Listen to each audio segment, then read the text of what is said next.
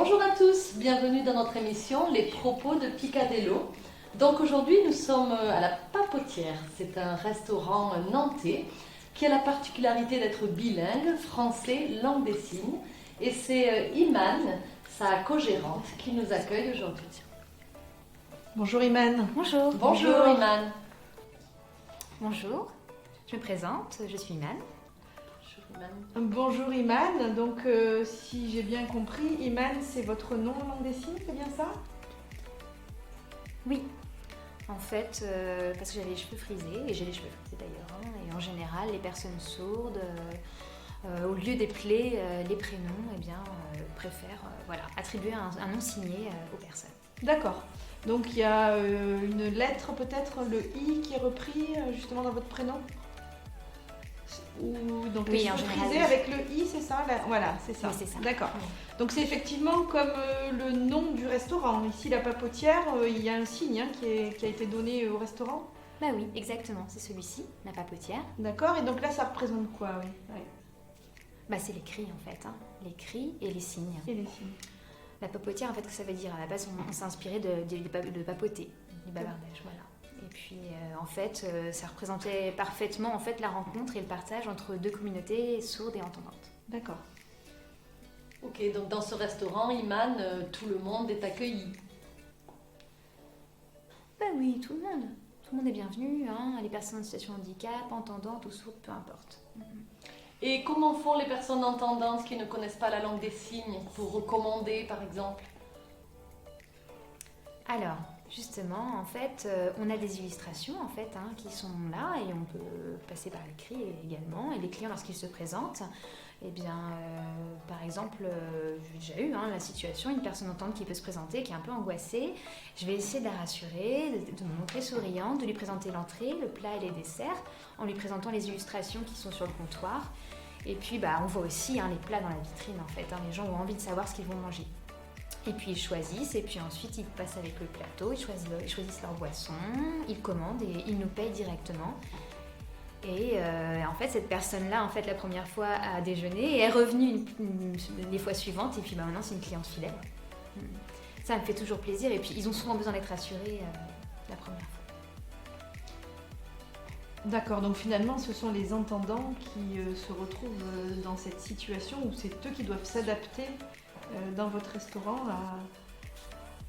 à la communication. Bah voilà, Bah oui. ça change un peu. Ouais, tout à fait. Ouais. On inverse un peu les rôles. Eh oui. Eh oui. Bah oui, parce que c'est vrai que quand on va à la boulangerie, souvent, moi je me retrouve à pointer en fait. C'est exactement le même système en fait ici.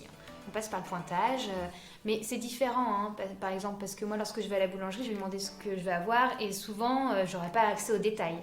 Alors qu'en fait, ici, lorsqu'on est dans la même langue, on peut éventuellement profiter d'avoir des informations concernant les allergies, sur les produits. Et voilà, c'est vrai que c'est une situation assez exceptionnelle ce restaurant-là.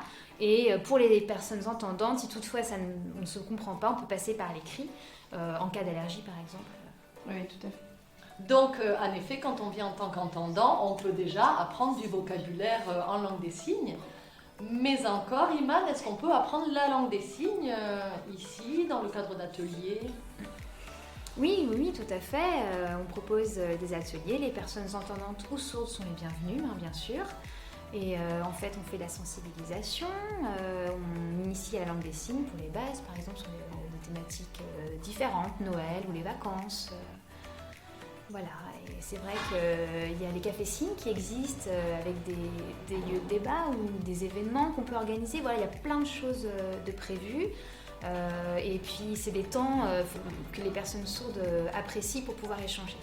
Et vous proposez également à la Papotière des ateliers pour les enfants. C'est bien ça? Oui. Par exemple, il était prévu normalement en novembre dernier un atelier que Picadelo devait organiser. Bon, étant donné la situation actuelle avec le Covid, c'est reporté à plus tard. C'est un atelier autour d'activités, de découpage qui était proposé aux enfants. Et il y a également des ateliers de Manon qui étaient prévus, mais pour la même raison, en fait, ils ont été reportés. En fait, Manon est sourde, elle parle bien, hein, en fait, elle a la langue des signes et le français, donc elle peut accueillir le public entendant ou sourd. Ces ateliers portent sur le portage, le massage des bébés, le bébé signe, l'allaitement. Voilà, elle s'adapte voilà, au public qui est inscrit. Et aussi, on propose aussi des contes, voilà, hein, pour les personnes sourdes ou entendantes. C'est très imagé, donc en fait, ça permet aussi de donner les bases de la langue des signes française aux personnes entendantes. Et Karine Babary donc, peut intervenir justement pour ces raisons-là. Il y a tellement de thématiques encore. Donc c'est vraiment la Papotière, un lieu de partage et d'échange sourds, entendants. C'est vraiment loin d'être qu'un seul restaurant, quoi, finalement.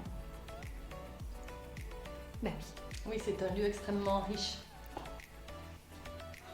Bah, plus tard, nous aurions le souhait, par exemple, avec droit de jouer ou éventuellement de faire un peu comme un café-signe, en fait, mais autour d'activités, en fait, peut-être, autour d'activités. Et puis après, bah, ça favorise le lien, mais pour l'instant, c'était pas possible. On verra peut-être plus tard, c'est un projet qu'on a en tête. Donc Iman, est-ce que la langue des signes est votre langue maternelle? Oui. Donc, non, en fait, ma langue maternelle est l'arabe. Ma famille, en fait, est entendante et la langue qui est parlée dans ma famille est l'arabe. Je suis originaire du Maroc. J'ai grandi dans un univers oraliste et donc, à l'âge de 12 ans, je suis arrivée ici, en France. J'ai été scolarisée à l'Institut des jeunes sourds de Nantes. Et bah, le résultat, en fait, c'est que j'ai baigné dans cette langue des signes et je l'ai acquise extrêmement rapidement. Ça m'a permis de m'épanouir. Et en fait, il me semble que j'ai trouvé mon identité et en fait qu'elle était déjà là un peu depuis toujours. Et c'est vrai que également, le papa de mon fils, en fait, est sourd. Et ça me permet de transmettre, oui, de lui donner une langue maternelle qui est cette langue des signes, mais parce que nous sommes tous les deux sourds, en fait, avec mon conjoint. Et c'est vrai que c'est deux situations différentes. Oui. Et finalement, quel est le rapport aujourd'hui que vous entretenez avec la langue française orale? Vous l'utilisez quand même un petit peu dans le cadre de votre restaurant ou pas vraiment finalement?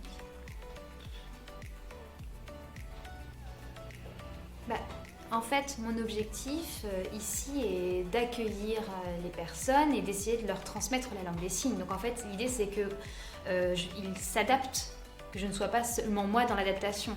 En fait, les personnes, j'ai envie de les amener à avoir envie d'apprendre cette langue. Hein. Évidemment, si pour eux c'est pas possible et qu'ils sont en difficulté, on peut passer par l'écrit. Je peux éventuellement lire sur les lèvres un petit peu, on peut se comprendre, je peux lire sur les lèvres, hein. Mais avec les masques aujourd'hui, c'est impossible. C'est absolument impossible avec les masques actuels. C'est très pratique finalement de connaître la langue des signes quand on est masqué. En fait, on l'enlève sinon. On ôte le masque. Souvent, lorsqu'on a des personnes entendantes, parfois ils ont besoin d'expression. Et nous aussi en fait, hein, c'est comme ça que passe la communication. Et du coup, on peut ôter le masque un petit peu. Voilà, on est plus à l'aise comme ça. D'où l'importance du non-verbal dans la communication.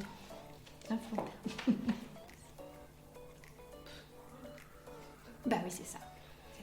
Justement, Iman, est-ce que vous connaissez le concept des box Picadillo? Donc oui, je connais les box Picadillo. On a essayé, en fait, on a passé commande, on l'a reçue, on l'a ouverte. À l'intérieur, il y a un magazine, il y a des illustrations de qualité. Il y a en plus, on a accès à des histoires en langue des signes avec un QR code. Il y a plein de vocabulaire, c'est super. C'est vraiment accessible et adapté aux enfants sourds comparé à ce qui existe actuellement sur le marché. On est vraiment sur un produit original et c'est vraiment bien. Merci. Merci Iman, oui, pour ce retour fort encourageant. Il faut continuer, il ne faut pas lâcher. Merci Iman de nous avoir reçus dans votre restaurant et bonne continuation à la Papotière. Avec plaisir, c'est avec plaisir.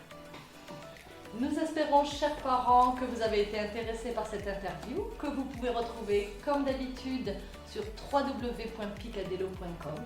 En attendant, continuez à partager de bons moments avec vos enfants et à bientôt. À bientôt.